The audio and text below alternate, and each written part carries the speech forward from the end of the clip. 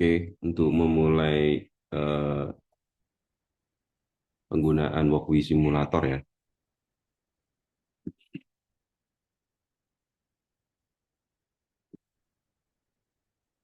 Di langkah pertama, pastikan sudah membuat akun di walkwie.com.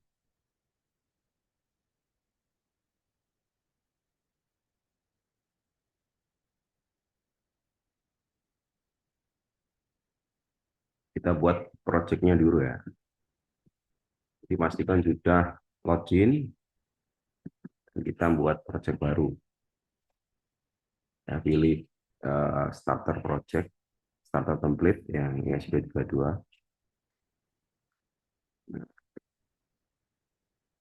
Kemudian proses pertama adalah kita melakukan wiring atau eh, menghubungkan ya komponen apa saja yang digunakan di project. Sebagai contoh, kita coba untuk membuat simulasi untuk lampu blinking ya, lampu adaptif gitu ya. Komponen semua bisa diambil dari add new komponen di menu add new part ya. Add new part, kalian bisa ngambil banyak komponen di sini, termasuk sensor dan aktuator yang mau dipakai.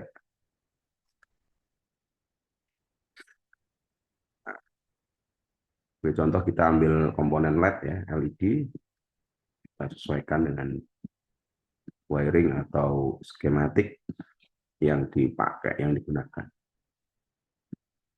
Nah, untuk pengganti warna kita bisa langsung ganti di sini ya. Kemudian untuk melakukan rotate juga bisa dilakukan, atau memutar komponen ya bisa dilakukan dengan tombol ini rotate. Nah, berikutnya kita hubungkan ya.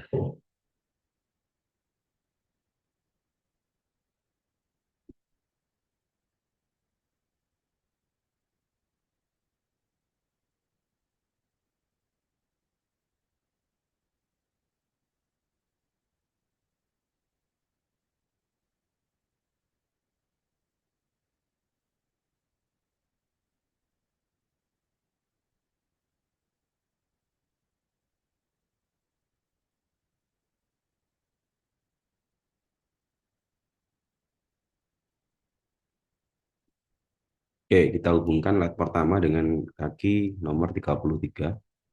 Jadi ujung yang bengkok ini menunjukkan kaki positif, sedangkan yang lurus ini adalah kaki negatif.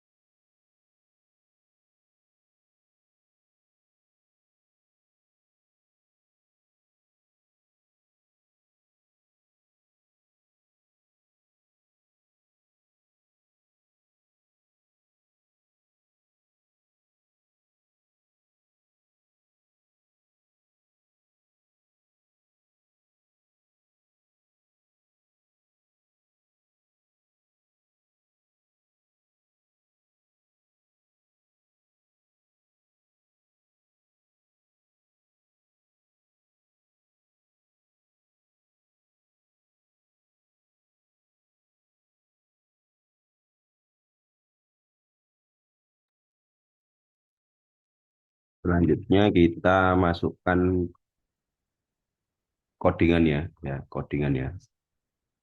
Jadi yang LED kedua tadi dihubungkan dengan kaki nomor 25.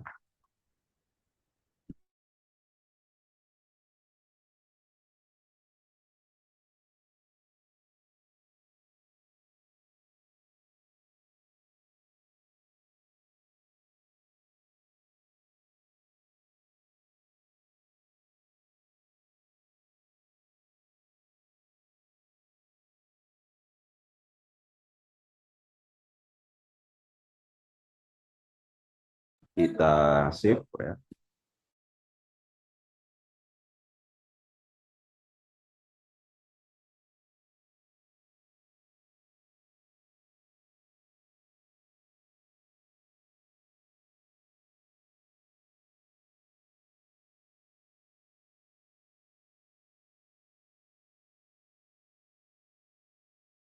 Oke, setelah proses di Workfree selesai, kita tidak bisa langsung mensimulasikan ya. Kita akan simulasikan di Visual Studio Code, sehingga kita langkah berikutnya ini kita harus membuka dan melakukan beberapa instalasi di Visual Studio Code ya. Oke.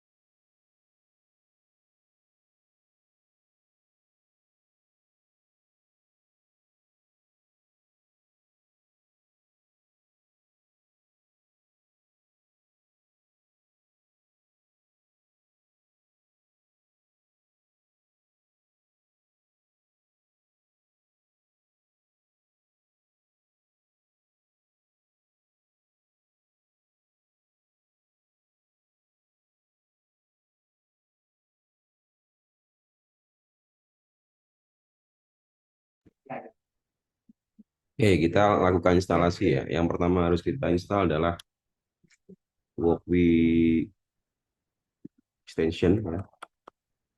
Kita short di bagian ini, bagian extension, kita cari Workfree Simulator dan kita enable atau kita install ya.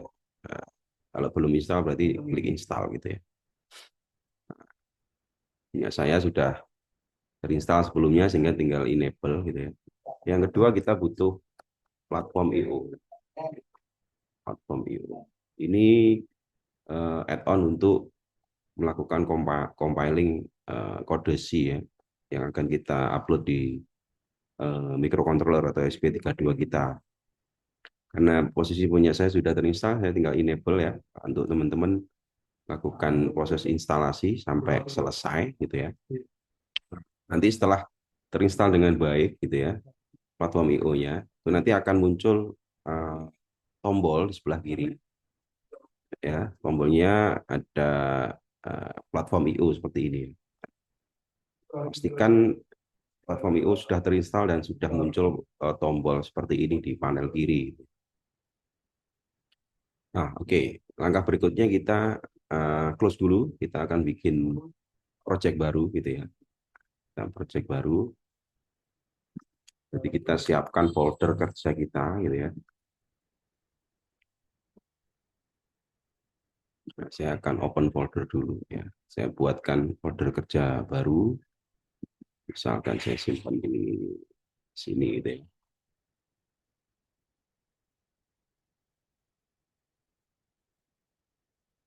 Oke. Oke, folder baru sudah terbuat ya. Sudah dibuat. Nah, berikutnya kita mulai ya. Ini agak prosesnya agak panjang ya. Jadi step by stepnya tolong diamati. Jadi langkah pertama kita akan bikin project menggunakan platform I/O dulu. Nah, di bagian P open ya. Maaf, maaf. P ya di P home. P home open. Nah, kemudian buat project baru, new project di sini ya, kasih nama projectnya misalkan latihan lab ya. Kemudian boardnya pilih ISP32 DevKit 1 ya. karena ini nanti hardware yang akan kita pakai jenisnya ini gitu ya, SP32 DevKit 1, frameworknya pilih Arduino, kemudian klik finish. Dia akan melakukan proses create ya. Nah, otomatis di dalam folder kita tadi akan ada eh, apa namanya, folder latihan.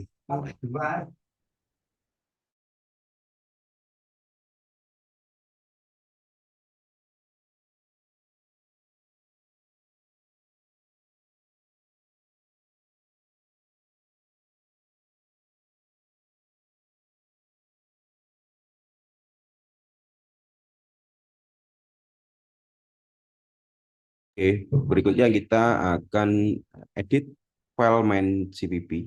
Ya. Ada di folder src main CPP. Nah, ini adalah codingan yang akan kita upload di hardware ESP32 ya. Sehingga kita akan kopas atau copy paste dari Workbee yang sudah kita buat tadi ya, dari platform Workbee. Kita Ctrl C gitu ya. Kita masukkan ke sini, dihapus dulu. Oke, oke.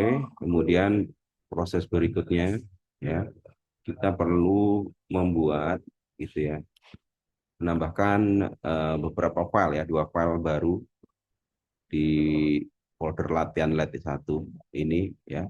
Yang pertama adalah eh,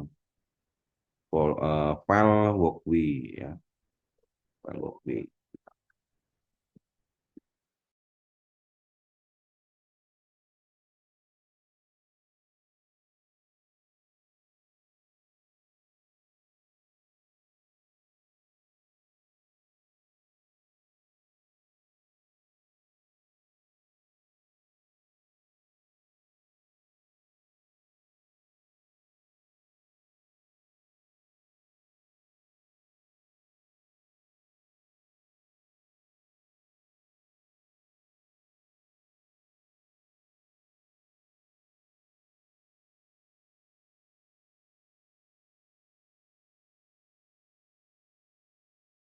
Oke, jadi file pertama adalah Workbee.toml ya. Kita ambilkan dari dokumentasi Workbee.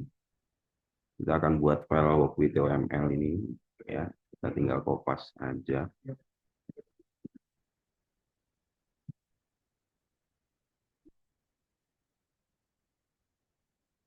Kita buat posisinya sejajar dengan file platform io.ini.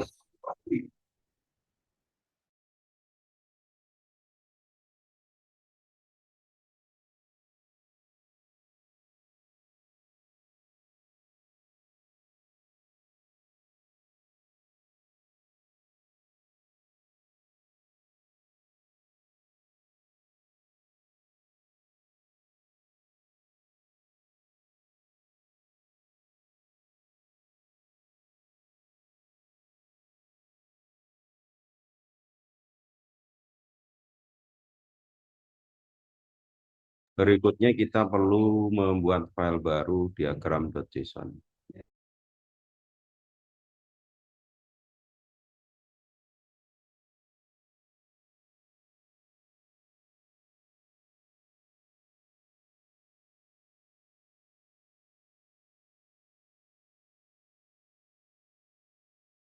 Nah, untuk diagram.json ini kita akan kopas ya, copy paste dari Workbee juga.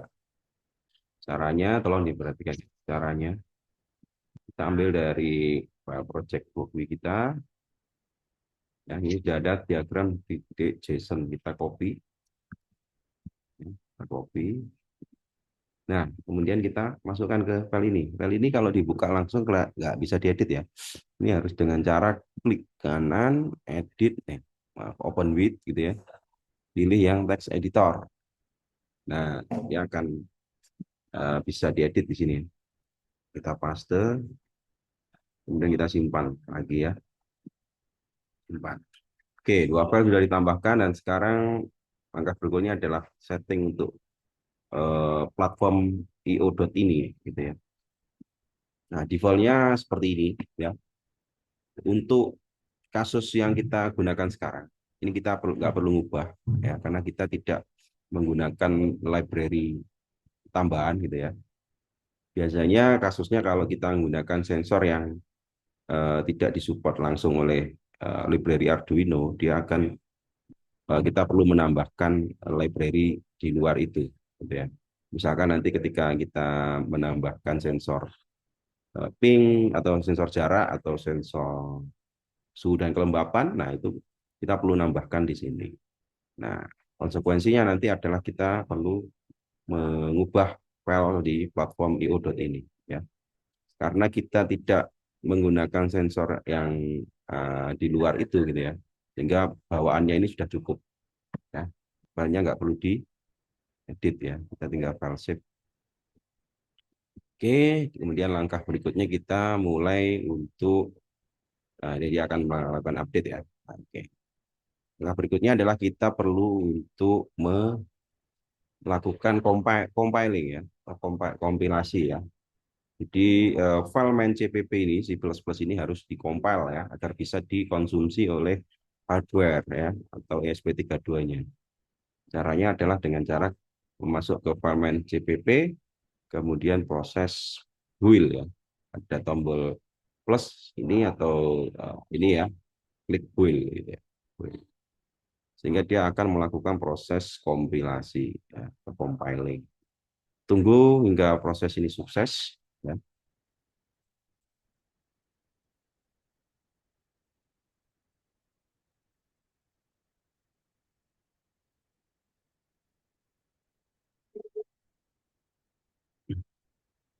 Oke, prosesnya sukses ya, proses kompilasi sukses dan kita akan mendapatkan dua file baru di bagian ini ya. Tolong dilihat di bagian PIO build ini ada ESP32 dan kita dapatkan dua file di sini ya, firmware bin dan firmware ELF ya. Dua file ini sangat penting ya. Nah, proses berikutnya kita akan mengedit file Wokwi TOML dan kita arahkan ya di baris nomor 3 ini firmware-nya sama ELF-nya. Ini kita arahkan ke path atau ke alamat file ini ya, firmware bin dan ELF gitu ya. Caranya dengan klik file firmware bin ya, klik kanan gini, kita klik copy relative path ya, kita masukkan di bagian ini gitu ya. Kita paste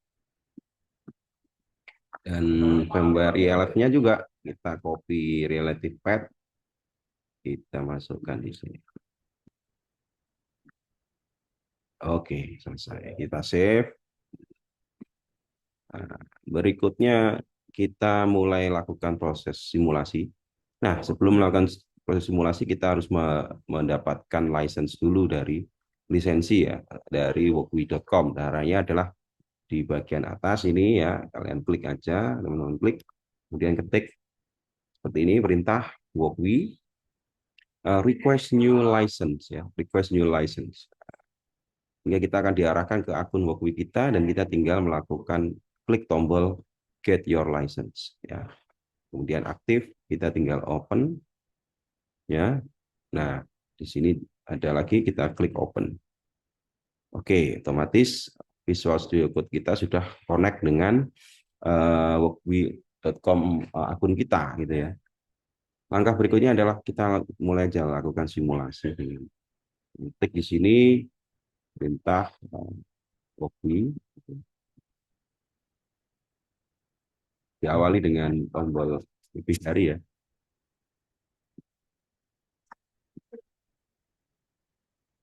Wokwi start simulator.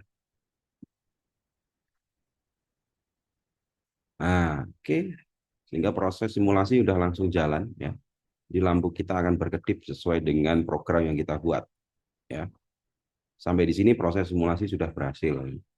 Nah, jika nanti kita akan melakukan modifikasi gitu ya. Misalkan dengan mengubah nilai delay agar eh, blinknya ini bisa lebih cepat gitu ya. Nah, kita tinggal mengedit file main CPP-nya ya. Misalkan dengan saya ingin mengedit eh, apa delaynya saya buat lebih cepat ya 100 milidetik sehingga harusnya ini akan lebih cepat gitu ya. 100 milisecond ini. Jadi 1000 milisecond sama dengan 1 detik. Gitu ya. Nah, caranya gimana? Kita tinggal klik wheel lagi ya. Wheel, dia akan melakukan kompilasi lagi, compiling. Tunggu sampai sukses.